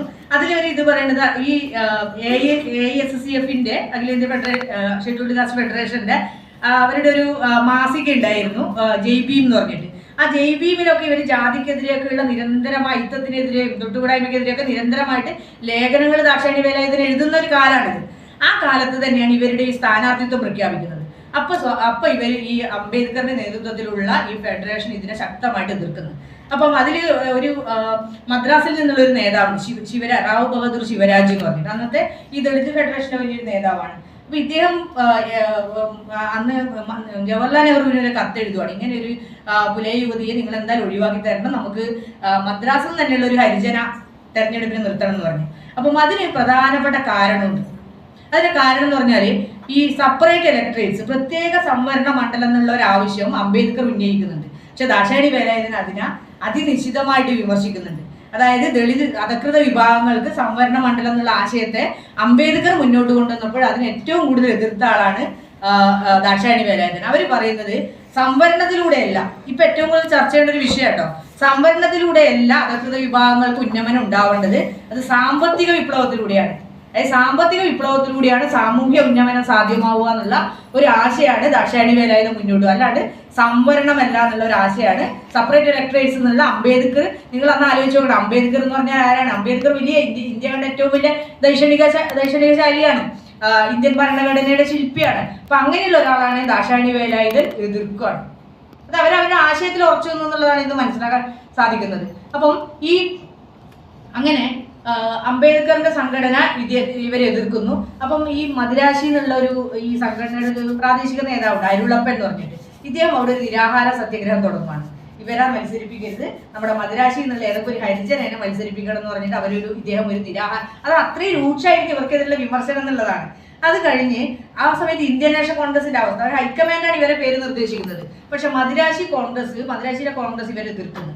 അപ്പൊ ഇവര് പറയും, ഇവര് എപ്പോഴും കോൺഗ്രസിൽ നമ്മളൊരു ഗാന്ധിയുടെ അനുയായി ആയതുകൊണ്ട് ഇവർ കോൺഗ്രസിന്റെ അനുയായി ആയിരിക്കും നമ്മൾ വിചാരിക്കും. അങ്ങനെ ആയിരുന്നില്ല. ഇവർ കോൺഗ്രസിനെ നിശിതമായി വിമർശിച്ച ആളായിരുന്നു ദാക്ഷായണി വേലായുധൻ. ഇവർ കോൺഗ്രസിനെ പറ്റി പറയുന്ന ഒരു വാക്കെന്ന് വെച്ചാല് അതൊരു സവർണ ഹിന്ദുക്കളുടെയും കുത്തക മുതലാളിമാരുടെയും സംഘടനയാണെന്നാണ് ഇന്ത്യൻ നാഷണൽ കോൺഗ്രസിനെ വിശേഷിപ്പിച്ചത്. സവർണ ഹിന്ദുക്കളുടെയും കുത്തക മുതലാളിമാരുടെയും സംഘടനയാണ് ഈ ഇന്ത്യൻ നാഷണൽ കോൺഗ്രസ് ഇവർ വിശേഷിപ്പിക്കുന്നുണ്ട്. പിന്നെ ഇവർ ഏറ്റവും കൂടുതൽ വിമർശിച്ച ഒരു നേതാവ് എന്ന് പറഞ്ഞാൽ C രാജഗോപാലാചാരിയാണ്. നിങ്ങൾ കേട്ടിട്ടുണ്ടോ അദ്ദേഹത്തിന്? അവസാനത്തെ ഗവർണർ ജനറലൊക്കെ അദ്ദേഹത്തിന് ഇവർ പറഞ്ഞത് പുരോഗമന ആശയങ്ങൾ തീരെ ഇല്ലാത്ത ഒരു അവസരവാദിയായ ബ്രാഹ്മണൻ എന്നാണ് വിളിക്കുന്നത്. പുരോഗമന ആശയങ്ങളൊന്നും ഇല്ലാത്ത അവസരവാദിയായ ബ്രാഹ്മണൻ എന്ന് ഈ C രാജഗോപാലാചാര്യനെ വിശേഷിപ്പിക്കുന്നു. അങ്ങനെ ഇവർക്കൊക്കെ ഇവരോട് വളരെ ദേഷ്യമാണ്. അപ്പം അങ്ങനെ ഇരിക്കുമ്പോൾ ഈ C രാജഗോപാലാചാര്യ ഇവരെ സ്ഥാനാർത്ഥിത്വം ഇല്ലാതാക്കാൻ വേണ്ടിയിട്ട് അന്ന് വല്ലഭായ് പട്ടേൽ ഉണ്ട്, കേട്ടിട്ടുണ്ടോ? അപ്പൊ സർദാർ വല്ലഭായ് പട്ടേലിന് ഒരു കത്ത് എഴുതുന്നുണ്ട്. ആ കത്ത് ഇങ്ങനെ നമ്മുടെ കോൺഗ്രസിനെയും ഗാന്ധി ഒരു വിമർശിക്കുന്നൊന്നുമില്ല, അങ്ങനെയാണ് പറയുന്നത്, കോൺഗ്രസിനെയും ഗാന്ധിയെയും എതിർക്കുന്ന തന്റെ ഇടക്കാരിയായ കൊച്ചിയിൽ നിന്നുള്ള ഈ പുലയ സ്ത്രീയെ എന്തായാലും തെരഞ്ഞെടുപ്പിൽ മത്സരിപ്പിക്കരുത് എന്ന് പറഞ്ഞ് രാജഗോപാലാചാര്യ ഒരു കത്ത് എഴുതുവാണ്. അതായത് ഇങ്ങനെ വളരെ തന്റേടിയായിട്ട് കോൺഗ്രസിനെയും ഗാന്ധിയെയും ഒക്കെ എതിർക്കുന്ന, കോൺഗ്രസ് സംസ്കാരത്തിന് നിരക്കാത്ത രീതിയിൽ പെരുമാറുന്ന ഈ ഒരു കൊച്ചിക്കാരിയായ ഹരിജൻ യുവതിയെ, ഈ പുലയ യുവതിയെ എന്തായാലും മത്സരിപ്പിക്കരുത് എന്ന് പറഞ്ഞിട്ട് ഹൈക്കമാൻഡിന് കത്തെഴുതുക. പക്ഷെ ഹൈക്കമാൻഡ് അത് കേട്ടില്ല എന്നുള്ളതാണ് നമ്മുടെ ചരിത്രം വെളിവാക്കുന്നത്. അപ്പം അങ്ങനെ ഇവർ മത്സരിക്കുകയാണ്. ആദ്യം വോട്ടെണ്ണിയപ്പോഴും ശിവരാജ് ഇവരെ ഓപ്പോസിറ്റ് ആയിട്ടും എതിർ സ്ഥാനാർത്ഥിയായിട്ട് മത്സരിച്ച് ഞാൻ നേരത്തെ സൂചിപ്പിച്ച നേതാവായ റായ് ബഹദൂർ ശിവരാജാണ്. പക്ഷെ ആദ്യം അദ്ദേഹം വിജയിച്ചു. പക്ഷെ വോട്ടെണ്ണയിൽ ഒരു പിശകുകാരനാണ് ആൾ വിജയിച്ചത്. രണ്ടാമത് എണ്ണിയപ്പോൾ ദാക്ഷായണി വേലായുധൻ വിജയിച്ചു. അങ്ങനെ അവർ ജൂലൈ 22, 1946 ഇന്ത്യയുടെ ഭരണഘടനാ നിർമ്മാണ സമിതിയിലെ അംഗമായി. അതാണ് ഇവിടെ ഒരു വളരെ താഴേക്കിടയിലുള്ള സാഹചര്യത്തിൽ ജനിച്ച് അവരുടെ കഴിവ് കൊണ്ട് മാത്രമാണ് ഈ കോൺസ്റ്റിറ്റ്യൂന്റ് അസംബ്ലിയിൽ ഭരണഘടനാ നിർമ്മാണ സമിതിയിൽ അംഗമായിട്ട് പോകുന്നത്. അപ്പൊ അവിടെയുള്ള ഒരു അവസ്ഥയാണെങ്കിൽ നമുക്കറിയാം 389 അംഗങ്ങളുണ്ട്. അപ്പൊ 389 അംഗങ്ങളിൽ 15 പേരായിരുന്നു സ്ത്രീകൾ. വളരെ വളരെ കുറച്ചേ ഉള്ളൂ. അപ്പൊ ഈ 15 പേരിൽ ആദ്യം 15 പേരുണ്ടായി. കുറച്ച് കഴിഞ്ഞപ്പോൾ അതിൽ 6 പേര് വിവിധ കാരണങ്ങൾ കൊണ്ട് വിട്ടുപോയി. പിന്നെ അവശേഷിച്ചത് 9 പേരായിരുന്നു. പിന്നെ കുറച്ചും കൂടെ കഴിഞ്ഞപ്പോൾ 1947 2 പേരെ കൂടെ അതിൽ ചേർത്ത് അങ്ങനെ 11 അംഗങ്ങളാണ് അവസാനം വരെ ഉണ്ടായിരുന്നത്. അപ്പം അതിൽ ഏറ്റവും എടുത്തു പറയേണ്ട ഒരാൾ, ഞാൻ എല്ലാവരെയും പറഞ്ഞ ദുർഗാബായി ദേശ്മുഖിനെ പോലെ, സരോജിനി നായിഡുവിനെ പോലെ, വിജയലക്ഷ്മി പണ്ഡിറ്റിനെ പോലെ, അങ്ങനെ ഒരുപാട്, അമ്മു സ്വാമിനാഥൻ കേരളത്തിൽ നിന്നുണ്ടായിരുന്നു, ആനി മസ്കിൻ കേരളത്തിൽ നിന്നുണ്ടായിരുന്നു, അങ്ങനെ ഒരുപാട്, അങ്ങനെയുള്ള 11 അംഗങ്ങളാണ് ഉള്ളത്. അപ്പം അതിലെടുത്തു പറയേണ്ട ആളായിരുന്നു ദാക്ഷായണി വേലായുധൻ. ഞാൻ അതിൻ്റെ ഒരു സ്ലൈഡ് കാണിക്കണം എന്ന് വിചാരിച്ചാണ്. അപ്പൊ അതിലൊക്കെ ഫോട്ടോകളിലൊക്കെ ദാക്ഷായണി വേലായുധൻ അവരുടെ ഒരു സ്റ്റാച്ചർ കൊണ്ടുതന്നെ നമുക്ക് അവരെന്താണെന്ന് തിരിച്ചറിയാൻ പറ്റും. കാരണം മറ്റുള്ളവർ എങ്ങനെയാണ് ആ ഗ്രൂപ്പ് ഫോട്ടോയിൽ നിന്ന് ഈ 11 അംഗങ്ങളും കൂടിയ ഫോട്ടോകളുണ്ട്. രാജേന്ദ്ര പ്രസാദ് ഭരണഘടനാ നിർമ്മാണ സമിതിയുടെ അധ്യക്ഷനാണ്. അദ്ദേഹത്തിന്റെ ഒന്നിച്ചെന്നുള്ള ഫോട്ടോ, എല്ലാ ഫോട്ടോയിലും ദാക്ഷായണി വേലായുധൻ ഒരു അരികിലാണ്.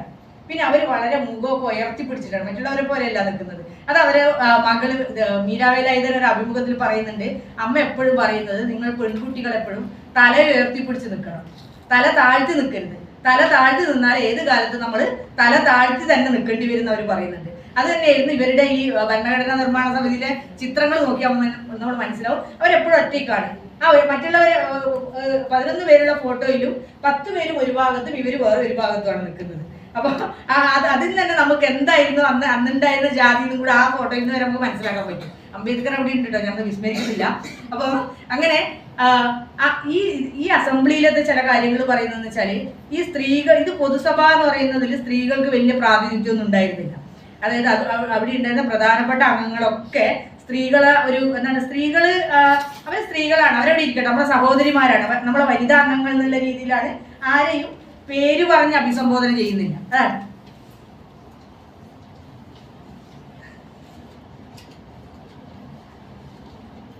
ദാക്ഷായണി വേലായുധൻ ചെയറിന്റെ അധ്യക്ഷയാണ് വന്നിരിക്കുന്നത്.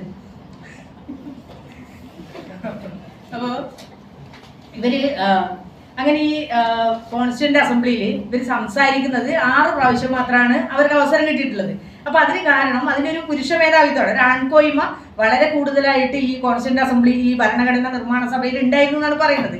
അപ്പം അതിൽ ഇവരൊരു ആദ്യം പ്രസംഗിച്ചത്, ദാക്ഷായണി വേലായുധൻ പ്രസംഗിച്ചത് 1946 ഡിസംബർ 19-നാണ്. അപ്പൊ ഡിസംബർ 19 നടത്തിയ ഇവരുടെ ഒരു പ്രസംഗമുണ്ട്. ആ പ്രസംഗത്തിലാണ് ഇവരുടെ ഐഡന്റിറ്റി അവർ വെളിപ്പെടുത്തുന്നത്. ഇവർ ആരാണെന്നുള്ള ഒരു ഐഡന്റിറ്റി, വ്യക്തിത്വം അവർ വെളിപ്പെടുത്തുന്നുണ്ട്.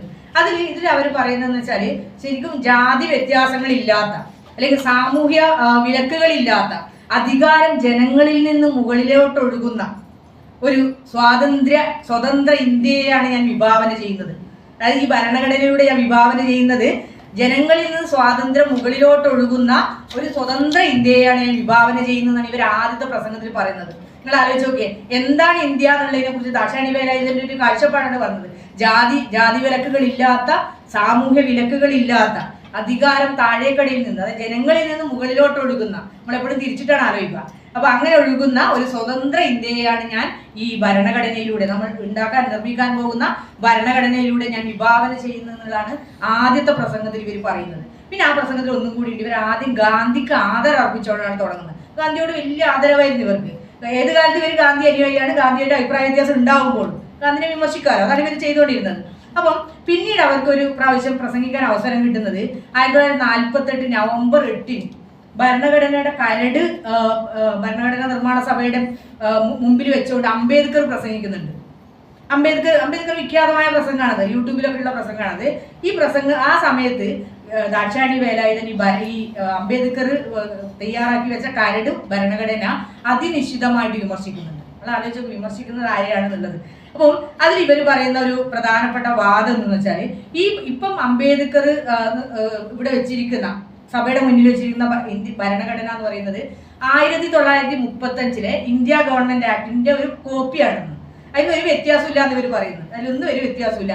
അപ്പൊ അതിനൊരു കാരണമായിട്ട് അവർ ചൂണ്ടിക്കാണിക്കുന്നതെന്ന് വെച്ചാൽ, ഒരു അധികാര കേന്ദ്രീകരണമാണ് അതിൽ കൂടുതലായിട്ടുള്ളത്. അതായത് കേന്ദ്രത്തിലാണ് എല്ലാ അധികാരവും കോൺസെൻട്രേറ്റ് ചെയ്തിരിക്കുകയാണ്. അതാണ് ഇതിന്റെ റിപ്ലിക്കാണ്, Government of India Act of 1935 ഒരു റിപ്ലിക്കാണ്, കോപ്പിയാണെന്നുള്ളൊരു വിമർശനം ഇവർ അതിൽ ഉന്നയിക്കുന്നുണ്ട്. പിന്നെ വേറൊരു വിമർശനം കൂടി ഇവർ പറയുന്നതെന്ന് വെച്ചാൽ, അതിപ്പോൾ ഏറ്റവും കൂടുതൽ പ്രസക്തം, ഇത് ഈ കേന്ദ്രീകരണം എന്നുള്ളത് ഇന്ന് ഏറ്റവും കൂടുതൽ, ഇന്നത്തെ അവസ്ഥ ഏറ്റവും പ്രസക്തമായുള്ള ഒരു കാര്യമാണ്. രണ്ടാമതൊരു വിമർശനം ഇവർ ഉന്നയിക്കുന്നത്, ഈ ഗവർണർമാർക്ക് അധികാരം നൽകുന്നതാണ് ഇതിൽ. അതായത് ഓരോ സംസ്ഥാനങ്ങളിലും ഗവർണർമാരെ നിയമിക്കണം എന്നുള്ളത് ഈ ഇന്ത്യൻ ഭരണഘടനയിലുണ്ട്. അപ്പൊ അതിന് ഇവർ വിമർശിക്കുന്നത്, അവർ പറയുന്നത് ഗവർണർമാരെ നിയമിച്ചാൽ അവിടെ എന്തായാലും അവിടെ സംസ്ഥാന ഗവൺമെന്റുകളും ഗവർണർമാരും തമ്മിൽ ഭാവിയിൽ അഭിപ്രായ വ്യത്യാസം ഉണ്ടാവുകയും അത് ഭരണത്തെ ദോഷകരമായിട്ട് ബാധിക്കുകയും ചെയ്യുന്നുണ്ട്. 1948 ദാക്ഷായണി വേലായുധൻ മുന്നറിയിപ്പ് നൽകുന്നുണ്ട്. അതാണ് അപ്പൊ അതിനവരൊരു ഉദാഹരണമായിട്ട് ചൂണ്ടിക്കാണിക്കുന്നത്. ഇപ്പൊ കേന്ദ്രത്തിൽ ഇന്ത്യൻ നാഷണൽ കോൺഗ്രസ് ആണ് ഭരിക്കുന്നുണ്ടെങ്കിൽ അവരുടെ ഗവർണർമാരെയാണ് സംസ്ഥാനങ്ങളിൽ നിയമിക്കുക. ഇപ്പൊ ഏതെങ്കിലും ഒരു സംസ്ഥാനത്ത് സോഷ്യലിസ്റ്റ് ഗവൺമെന്റ്, ഉദാഹരണമായിട്ട് അവർ പറഞ്ഞാണ്, സോഷ്യലിസ്റ്റ് ഗവൺമെന്റാണ് അധികാരത്തിൽ ഇരിക്കുകയാണെങ്കിൽ അപ്പൊ ഈ ഇന്ത്യൻ നാഷണൽ കോൺഗ്രസിന്റെ ഗവർണറും സോഷ്യലിസ്റ്റ് ഗവൺമെന്റിന്റെ മുഖ്യമന്ത്രിയും ആ മന്ത്രിസഭയും തമ്മിൽ അഭിപ്രായ വ്യത്യാസം ഉണ്ടാകാൻ ഇടയുണ്ട്. അത് ഒരു ഭരണത്തിനെ ദോഷകരമായി വിപരീതമായിട്ട് ബാധിക്കാനുള്ള സാധ്യതയുണ്ട് എന്ന് അവരൊന്ന് 1948 ചൂണ്ടിക്കാണിക്കുക. അതാണ് നമ്മൾ ഇന്ന് കേരളത്തിലും തമിഴ്നാട്ടിലും ഒക്കെ നമ്മൾ ഇന്ന് കണ്ടുകൊണ്ടിരിക്കുന്നത്. അപ്പൊ അത്രയും ദീർഘദർശിത്വം ഉണ്ടായിരുന്ന, നമ്മൾ സാധാരണ സ്ത്രീ എന്ന് പറഞ്ഞാൽ സ്ത്രീകൾക്ക് അതൊന്നും ഇല്ല എന്നാണ്, ഏറ്റവും ദീർഘദർശിത്വം ഉണ്ടായിരുന്ന ഒരു എന്താ പറയുന്നത്, ഇവര് ഭരണ രാഷ്ട്രീയ കാര്യങ്ങളിൽ അവർ അഗാധമായിട്ട് അതിനെക്കുറിച്ച് പഠിച്ചിട്ടാണ് അവർ സംസാരിക്കുന്നത്. വെറുതെ വന്നിട്ട് സംസാരിക്കുന്നത്, നമ്മൾ ബജറ്റിന്റെ ഉദാഹരണം നേരത്തെ പറഞ്ഞ പോലെ തന്നെ ഇങ്ങനെയുള്ള കാര്യങ്ങൾ അവർ പഠിച്ചു വന്നിട്ടാണ് സംസാരിക്കുന്നത്. അപ്പം ഈ 1946 അംബേദ്കറിനെ കുറേ പ്രാവശ്യം വിമർശിക്കുന്നുണ്ട്. വേറൊരു വിമർശനം അംബേദ്കറിനോടുള്ളത് സെപ്പറേറ്റ് ഇലക്ടറേറ്റ്സ് ഞാൻ നേരത്തെ പറഞ്ഞു. ഈ 1946 ഈ ക്യാബിനറ്റ് പദ്ധതി പ്രഖ്യാപിച്ചപ്പോൾ അംബേദ്കർ അതിനെ അനുകൂലിക്കുന്നുണ്ട്. അപ്പൊ അംബേദ്കർ അന്നേരം വിൻസ്റ്റൺ ചർച്ചിലിനോട് ഒരു ആവശ്യം ഉന്നയിക്കുന്നതെന്ന് വെച്ചാൽ ഇവിടുത്തെ അയിത്തത്തിനെ കുറിച്ചിട്ട്, അത് ഇപ്പൊ ഇന്ത്യൻ സമൂഹത്തിൽ നിലനിൽക്കുന്ന അയിത്തത്തിനെ കുറിച്ച് ഒന്ന് ബ്രിട്ടീഷ് പാർലമെന്റിൽ ഒന്ന് ഈ ഒരു പ്രശ്നം അവതരിപ്പിക്കണം എന്നുള്ള ഒരു ആവശ്യം അംബേദ്കർ ഉന്നയിക്കുകയാണ് ക്യാബിനറ്റ് മിഷൻ ആ പദ്ധതി പ്രഖ്യാപിച്ച സമയത്ത്. അപ്പൊ അതിനെ ദാക്ഷായണി വേലായുധൻ വളരെ പരിഹാസത്തിലാണ് പറയുന്നത്. അവർ പറയുന്നതെന്ന് വെച്ചാൽ വിൻസ്റ്റൺ അന്ന് ക്ലമന്റ് ആറ്റ്ലിയാണ് 46 ആകുമ്പോഴേക്കും പ്രധാനമന്ത്രി, ബ്രിട്ടീഷ് പ്രധാനമന്ത്രി. ക്ലമന്റ് ആറ്റ്ലിയോ അല്ലെങ്കിൽ Pethick Lorenzo secretary of state ആണ് പെത്തിക് ലോറൻസ്, അല്ലെങ്കിൽ പ്രതിപക്ഷ നേതാവ് വിൻസ്റ്റൺ ചർച്ചിലിനൊന്നും ഇന്ത്യയിലെ അയിത്തം ഇല്ലാതാക്കാൻ പറ്റില്ല. അവര് ബ്രിട്ടീഷ് പാർലമെന്റ് പ്രശ്നം ഉന്നയിച്ചാൽ ഇവിടുത്തെ അയിത്തം ഇല്ലാതാവില്ലല്ലോ. ഇവിടുത്തെ അയിത്തം ഇല്ലാതാക്കാൻ കഴിയില്ല. ഇവിടുത്തെ വർഗീയവാദികൾക്ക്, അതായത് ഇവിടുന്ന് പലായനം ചെയ്ത് ഇംഗ്ലണ്ടിലേക്ക് പോകുന്ന ഇന്ത്യയിലെ വർഗീയവാദികൾക്ക് വേണമെങ്കിൽ അഭയം കൊടുക്കാൻ വേണമെങ്കിൽ ബ്രിട്ടീഷ് പാർലമെന്റിന് സാധിക്കും, വേറെ ഒന്നും സാധിക്കില്ല. ഇന്ത്യയിൽ അയിത്തം ഇല്ലാതാക്കാനും ഇവർക്ക് സാധിക്കില്ല എന്ന് വളരെ പരിഹാസത്തിൽ അംബേദ്കറിനെ ഇവർ വിമർശിക്കുന്നുണ്ട്. വേറെ അംബേദ്കറിനെ കുറിച്ച് ഒരു വിമർശനം കൂടിയുണ്ട്.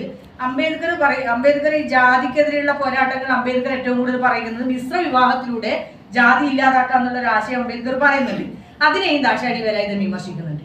അവർ പറയുന്നത് അത് പ്രത്യക്ഷത്തിൽ ശരിയാണ് നമുക്ക് തോന്നും. അവർ പറയുന്നത് ഇപ്പൊ ഒരു IAS കാരനോ IPS കാരനോ അല്ലെങ്കിൽ ഉയർന്ന റാങ്കിൽ ജോലിയുള്ള അല്ലെങ്കിൽ ഉന്നത നിലയിലുള്ള ഒരു ദളിത് യുവാവിനെ വിവാഹം കഴിക്കാൻ സവർണ വിഭാഗത്തിൽപ്പെട്ട പെൺകുട്ടികൾ തയ്യാറായിരിക്കും. അതിനത് സാധ്യതയുണ്ട്. പക്ഷെ അങ്ങനെ കഴിച്ചു പോകുന്ന വീട്ടുകളിൽ ഈ ആൺകുട്ടിയുടെ അച്ഛനും അമ്മയും അനുഭവിക്കുന്നത് എന്തായിരിക്കും? അവരാ വീട്ടിൽ നിന്ന് പുറന്തള്ളപ്പെടലായിരിക്കും. ഈ ജാതി എവിടെയും പോകുന്നില്ല. ഇദ്ദേഹത്തിന് കിട്ടുന്ന സോഷ്യൽ സ്റ്റാറ്റസിന്റെ ഒന്നിച്ചായിരിക്കും ഈ വിവാഹം നടക്കുന്നത്. അപ്പൊ ആ ജാതി അവിടെ തന്നെ നിലനിൽക്കും. അതുകൊണ്ട് മിശ്ര വിവാഹത്തിലൂടെ ജാതി ഇല്ലാതാക്കാൻ പറ്റുന്നുള്ള അംബേദ്കറിന്റെ വാദത്തോട് ദാക്ഷായണി വേലായുധൻ യോജിക്കുന്നേയില്ല. അപ്പം പിന്നീട് നടന്ന കോൺസ്റ്റിറ്റ്യൂന്റ് അസംബ്ലിയിൽ നടന്ന എല്ലാ ചർച്ചകളിലും ദാക്ഷായണി വേലായുധൻ അവരെ പങ്കെടുപ്പിക്കുന്ന ചർച്ചകളിലൊക്കെ അവർ സജീവമായിട്ട് പങ്കെടുക്കുന്നുണ്ട്. ഈ നവംബർ 8 തന്നെ 1947 നവംബർ 8 ഈ സ്ത്രീകൾക്ക് അവിടെ ഒരു ദിവസം ചെയർ ചെയ്യാനുള്ള ഒരു അവസരം കൊടുക്കുന്നുണ്ട് ഭരണഘടനാ നിർമ്മാണ സമിതിയിൽ ഒരു ദിവസം. ആ ദിവസം ഇവർക്കും അതിനൊരു അവസരം കിട്ടുന്നുണ്ട്. ആ അവസരത്തിലാണ് ഈ നവംബർ 8 തന്നെയാണ് അവർ അംബേദ്കറിനെ ഇത്ര നിശിതമായിട്ട് വിമർശിക്കുന്നത്. അപ്പം ഞാൻ പറയുന്നത് അവരുടെ ശബ്ദം അവർക്ക് എവിടെയൊക്കെ സ്ഥാനം ലഭിച്ചിട്ടുണ്ടൊക്കെയോ അവിടെയൊക്കെ അവരുടെ ശബ്ദം കൊണ്ട് അടയാളപ്പെടുത്താൻ ദാക്ഷായണി വേലായുധന് സാധിച്ചിട്ടുണ്ട് എന്നുള്ളതാണ് വളരെ പ്രധാനപ്പെട്ടത്. അതേസമയം തന്നെ അംബേദ്കറിന്റെ വിമർശനം പറഞ്ഞുകൊണ്ട് പറയാണ്, അംബേദ്കർ ഒരു വശത്ത് വിമർശിക്കുമ്പോഴും അവർ അംബേദ്കറിന്റെ ജാതി വിരുദ്ധ പോരാട്ടങ്ങളിലും വളരെ സജീവമായിട്ട് ഒന്നിച്ചുണ്ടായിരുന്നു. ഈ ഭരണഘടനാ നിർമ്മാണ സഭയിൽ നടന്ന ജാതിക്കെതിരെയുള്ള ജാതി നിർമൂലനം വേണമെന്നുള്ള ആശയങ്ങളോടൊക്കെ ഇവർ യോജിച്ചു നിന്നിരുന്നു. വ്യക്തി സ്വാതന്ത്ര്യം, സ്ത്രീ സുരക്ഷ, അങ്ങനെയുള്ള ആശയങ്ങളിലൊക്കെ ഇവർ ഒന്നിച്ചു നിന്നിരുന്നു. അപ്പൊ അതിൽ പറയുന്നത് ഈ 1949 നവംബർ 26 ഈ ഭരണഘടന നിർമ്മാണ സഭയുടെ മുമ്പിൽ ഈ ഭരണഘടന സമർപ്പിച്ചുകൊണ്ട് അംബേദ്കർ ചെയ്യുന്ന ഒരു പ്രസംഗമുണ്ട്. അതിലാണ് അംബേദ്കർ പറയുന്നത് ഈ ഇന്ത്യയിൽ വേണ്ടത് ഈ ഒരു ഭരണഘടനാ ധാർമ്മികതയാണ്, കോൺസ്റ്റിറ്റ്യൂഷണൽ മൊറാലിറ്റി ആണ് എന്നുള്ളൊരു കാര്യം അംബേദ്കർ ഊന്നി പറയുന്നുണ്ട്. അതിൽ അംബേദ്കർ അത് പറയുന്നത് ഈ ഭരണഘടനാ ധാർമ്മികത എന്ന് പറയുന്നത് സ്വാഭാവികമായിട്ട് ഉണ്ടാവുന്നതല്ല, അത് നമ്മൾ നിർമ്മിച്ചെടുക്കേണ്ടതാണ് എന്നുള്ള ഒരു ഇത് അംബേദ്കർ പറയുന്നുണ്ട്. ഈ ഭരണഘടനാ ധാർമ്മിക അത് ദാക്ഷായണി വേലായുധനും ആ അഭിപ്രായത്തോട് യോജിപ്പായിരുന്നു. അവർ പറയുന്നത് അവർ വേറൊരു തരത്തിലാണ് അതിനെ പറയുന്നത്. അപ്പൊ ദാക്ഷായണി വേലായുധൻ പറയുന്നത് നിയമം ഏതെങ്കിലും വിധത്തിൽ നടപ്പിലാക്കിക്കോട്ടെ, അതല്ല, പക്ഷെ ജനം എങ്ങനെയാണ് അതിനെ ഏറ്റെടുക്കുന്നത്, നിയമം നടപ്പിലാക്കുന്നതിലല്ല, മറിച്ച് ജനം സ്വയം എങ്ങനെയാണ് അത് ഏറ്റെടുക്കുന്നത്, അതിലാണ് ഭരണഘടന അതിലൂടെയാണ് ഭരണഘടന പ്രാവർത്തികമാവുന്നത്. ഞാൻ അതിന് നിങ്ങൾക്ക് ഒരു ഉദാഹരണം പറയാം. ഇപ്പൊ നമ്മൾ മോഷ്ടിക്കരുത് അല്ലെ, നമ്മുടെ വേറൊരാളെ അപമാനിക്കരുത് അല്ലെ, വ്യക്തി സ്വാതന്ത്ര്യം ഉണ്ട് എന്നൊക്കെ പറഞ്ഞ് നമ്മളെ ഭരണഘടന പ്രകാരം ഉള്ളതാണ്. പക്ഷെ അതൊക്കെ നമ്മൾ നിയമത്തിനെ പേടിച്ച് ചെയ്യുന്നതിലേക്ക് അപ്പുറത്തായിട്ട് നമ്മളിപ്പോ ഒരു അനുഷ്ഠാനം പോലെ, നമ്മളൊരു ജീവിതചര്യ പോലെ, അതാണ് ഏറ്റവും നല്ല വാക്ക്, നമ്മളൊരു ജീവിതചര്യ പോലെ കൊണ്ടുപോവുകയാണെങ്കിൽ അതിനെയാണ് ഈ ഭരണഘടനാ ധാർമ്മികത എന്ന് പറയുന്നത്. അങ്ങനെ ഓരോ വ്യക്തിയും ഓരോ പൗരനും ഈ ഭരണഘടനയുടെ ആശയങ്ങളും നിയമങ്ങളും അനുഷ്ഠിക്കുകയാണെങ്കിൽ ഇവിടെ നിയമത്തിന്റെ ആവശ്യമില്ലല്ലോ. അത് തന്നെയാണ് ദാക്ഷായണി വേലായുധനും പറഞ്ഞിരുന്നത്. അപ്പൊ ഇവർ പറയുന്നത്, ഇവരുടെ ഒരു ഇതും കൂടെ പറയാം, ഗാന്ധിയോടുള്ള ഒരു ഹരിജൻ എന്ന് വിളിക്കുന്നതിലെ വിയോജിപ്പ് പറയുമ്പോഴും ഗാന്ധിയെ വലിയ ബഹുമാനമായിരുന്നു, ആദരവായിരുന്നു. അപ്പൊ അതിലവര് ഗാന്ധി പറയുന്നുണ്ട്, ഈ രാഷ്ട്രീയ പ്രവർത്തനം എന്ന് പറയുന്നത് സാമൂഹ്യ പ്രവർത്തനമാണ്. രാഷ്ട്രീയ പ്രവർത്തനം എന്ന് പറയുന്നത് സാമൂഹ്യ പ്രവർത്തനം തന്നെയാണ്. സ്വാതന്ത്ര്യ സമരത്തോടൊപ്പം തന്നെ സാമൂഹ്യ പരിഷ്കരണവും വേണമെന്നുള്ള ആശയമാണ് ഗാന്ധി കൊണ്ടുവരുന്നത്. അത് തന്നെയാണ് ഇവരും പറയുന്നത്. ഞാനതിലൊരു ഉദാഹരണം പറയുന്നത്, ഇവരും കൊച്ചി നിയമസഭയിലത്തെ ഒരു പ്രസംഗത്തിൽ അവർ പറയുന്നുണ്ട്, ഒരു കുടിവെള്ള പ്രശ്നം വരുവാണ് ഈ നിയമസഭയുടെ മുമ്പിൽ. അപ്പൊ കുടിവെള്ള പ്രശ്നം വന്നപ്പോൾ അവർ പറയുന്നത്, ശരിക്കും അയിത്തമാണ് ലോകത്തിലെ ഏറ്റവും വലിയ പ്രശ്നം. ഈ അയിത്തം ഇല്ലാതാവണം. ശരിക്കും അയിത്തം എന്ന് പറഞ്ഞാൽ സാമൂഹ്യ പ്രശ്നം പോലെ അത് രാഷ്ട്രീയ പ്രശ്നം കൂടിയാണ്. അയിത്തമുള്ള സമൂഹത്തിൽ ഒരിക്കലും ഉന്നമനം ഉണ്ടാവില്ല. അപ്പൊ അയിത്തം ഇല്ലാതാവുകയാണ് വേണ്ടത്. അപ്പൊ ഈ ഭരണഘടനാ ധാർമ്മികതയിലൂടെ ഈ അയിത്തം ഇല്ലാത്തൊരു സമൂഹം ഉണ്ടാവുന്നതാണ് ദാക്ഷായണി വേലായുധൻ പറയുന്നത്. അപ്പൊ അതിനവർ ഇത് പറയുന്നത്, ഇപ്പൊ കുടിവെള്ളത്തിന്റെ പ്രശ്നം നിയമസഭയിൽ വരുന്നത്. അപ്പൊ കുടിവെള്ളത്തിന്റെ പ്രശ്നം പറയുമ്പോൾ ഇപ്പൊ അയിത്ത ജാതിക്കാർക്ക് കുടിവെള്ളം എത്തിക്കുക എന്നുള്ള വലിയ വിഷയമാണ്. കാരണം അവർക്ക് പൊതു കിണറുകളോ പൊതു കുളങ്ങളോ അല്ലെങ്കിൽ സ്വകാര്യ വ്യക്തികളുടെ കിണറുകളോ ഒന്നും ഇവർക്ക് ഉപയോഗിക്കാൻ പറ്റില്ല. അവർ തൊട്ടാൽ അശുദ്ധവും. പിന്നെ അവർക്ക് കുടിവെള്ളം എന്നുള്ള വാക്കിനെ പ്രസക്തി ഇല്ലല്ലോ അല്ലെ. അപ്പൊ അങ്ങനെ കുടിവെള്ളം എന്നുള്ള പ്രശ്നം ചർച്ച ചെയ്യുന്നതിന് മുമ്പായിട്ട് നമുക്ക് ഈ അയിത്തം ഇല്ലാതാവുകയാണ് വേണ്ടത് എന്നുള്ളത് ദാക്ഷായണി വേലായുധൻ പറയുന്നത്. അപ്പൊ അവര് പറയുന്നത്, ശരിക്കും ഞാൻ വളരെ ചെറുപ്പത്തിൽ തന്നെ ഈ അയിത്തത്തിനെ കുറിച്ചുള്ള ചിന്ത എന്നെ അലട്ടിയിട്ടുണ്ട്. വളരെ ചെറുപ്പത്തിൽ ബാല്യകാലത്ത് തന്നെ ഈ അയിത്തത്തിനെ കുറിച്ചുള്ള ചിന്ത എന്നെ എപ്പോഴും അലട്ടിയിരുന്നു. ഇപ്പൊ കോളേജിലും സ്കൂളുകളിലൊക്കെ ചായ സൽക്കാരം ഉണ്ടാവുകയാണെങ്കിൽ ഞാൻ അതിൽ നിന്നൊക്കെ മാറി നിൽക്കുകയാണ് ചെയ്യുക. നമ്മൾ പൊതുവെ അങ്ങനെ ചെയ്യും, ജാതിയിലത്ത് പോവാതിരിക്കുമല്ലോ. അത്തരത്തിൽ ഞാൻ അതിൽ നിന്ന് മാറി നിൽക്കുകയാണ് ചെയ്തിരുന്നത്. അങ്ങനെ വളരെ ചെറുപ്പത്തിൽ തന്നെ ഞാനത് അനുഭവിച്ചിരുന്നു എന്നുള്ള അവരുടെ ഓർമ്മക്കുറിപ്പുകളിൽ പറയുന്നുണ്ട്. അപ്പൊ അതിനോടനുബന്ധിച്ച് എനിക്ക് ഒന്നും കൂടെ പറയാനുള്ളത്, നേരത്തെ കായൽ സമ്മേളനം ഇവര് പിന്നീട് ഭാവിയിൽ അവർ ആത്മകഥ എഴുതിയിട്ടില്ല കേട്ടോ. അപ്പൊ ആത്മകഥ എഴുതണം എന്നൊക്കെ വിചാരിച്ച് അതിനൊരു പേരൊക്കെ കണ്ടുവച്ചിരുന്നു, the sea has no caste എന്നാണ്. കടലിന് ജാതിയില്ല. ഈ കായൽ സമ്മേളനത്തിന് അതിന്റെ പ്രതീകാത്മകമായിട്ട് അവർ പറയുന്നതാണ് കടലിന് ജാതിയില്ല. എന്നിട്ട് അതിൽ അവർ പറയുന്നുണ്ട്, പിന്നീട് അവർ ഓർമ്മക്കുറിപ്പുള്ള ഒരു മകളാണ് മീര വേലായുധനാണ് അത് പറയുന്നത്. അപ്പം അവർ പറയുന്നത്, ഒരു ജാതിയില്ലാത്ത സമൂഹത്തിൽ മാത്രമേ അധസ്ഥിത വിഭാഗങ്ങൾക്ക്, അധസ്ഥിത എന്നുള്ള വാക്കെന്നെ അന്നേരം വരുന്നില്ല, എല്ലാതരം വിഭാഗങ്ങൾക്ക് ഉന്നമനം ഉണ്ടാവുന്നുള്ള വലിയൊരു ആശയം ഇവർ മുന്നോട്ട് വെക്കുന്നുണ്ട്. ഞാൻ എപ്പോഴും ഓർമ്മിക്കുന്നത്, അംബേദ്കർ ഈ ഒരു 1949 നവംബർ 26 നടത്തിയ പ്രസംഗത്തിൽ അദ്ദേഹം പറയുന്നുണ്ട്, ഈ ജനാധിപത്യം എന്ന് പറയുന്നത് ഭൂരിപക്ഷ ഹിതമല്ല. ജനാധിപത്യം എന്ന് പറയുന്നത് നമ്മൾ സാധാരണ ജനാധിപത്യം എന്ന് പറയുന്നത് ഭൂരിപക്ഷ ഹിതമല്ല. അത് ഒരു ജീവിതചര്യയാണ്, അല്ലെങ്കിൽ അത് സമത്വബോധമാണ്, അല്ലെങ്കിൽ ഒരു നീതിബോധമാണ്. അത് തന്നെയാണ് ദാക്ഷായണി വേലായുധൻ അവരുടെ ഈ കോൺസ്റ്റിറ്റ്യൂന്റ് അസംബ്ലിയിലെ പ്രസംഗങ്ങളിൽ മുഴുവനായിട്ട് മുന്നോട്ട് വെച്ചത്. അതായത് സാമൂഹ്യ ജനാധിപത്യം വേണം, സാമൂഹ്യ നീതിയിൽ അധിഷ്ഠിതമായ സ്ത്രീകൾക്ക് സുരക്ഷയുള്ള അയിത്തമില്ലാത്ത ഒരു സമൂഹം വേണമെന്നാണ് ഇവർ നിരന്തരമായിട്ട് അവിടെ ഇവർക്ക് കിട്ടിയ പ്രസംഗങ്ങളിലൊക്കെ, ഇവർക്ക് വളരെ ഞാൻ പറഞ്ഞ 6 പ്രസംഗങ്ങൾ മാത്രമേ ചെയ്തുള്ളൂ, അതിൽ മുഴുവൻ അവർ പറഞ്ഞുകൊണ്ടിരുന്നത് വ്യക്തി സ്വാതന്ത്ര്യത്തിനെ കുറിച്ചും സ്ത്രീ സുരക്ഷയെക്കുറിച്ചും സ്ത്രീ സ്വാതന്ത്ര്യത്തെക്കുറിച്ചും അയിത്തമില്ലാത്ത ഒരു താഴെ നിന്ന് ജനങ്ങളിൽ നിന്ന് അധികാരം മുകളിലേക്ക് ഒഴുകുന്ന ഒരു സാമൂഹ്യ വ്യവസ്ഥിതിയെ കുറിച്ചുമാണ് അവർ നിരന്തരം സംസാരിച്ചുകൊണ്ടിരുന്നത്. അപ്പോൾ നിങ്ങൾ ചോദിക്കും, എന്തുകൊണ്ടാണ് നിങ്ങളുടെ പാഠപുസ്തകങ്ങളിലോ അല്ലെങ്കിൽ നിങ്ങൾ ഇത്രയും കാലം ദാക്ഷായണി വേലായുധനെ കേൾക്കാതിരുന്നത്?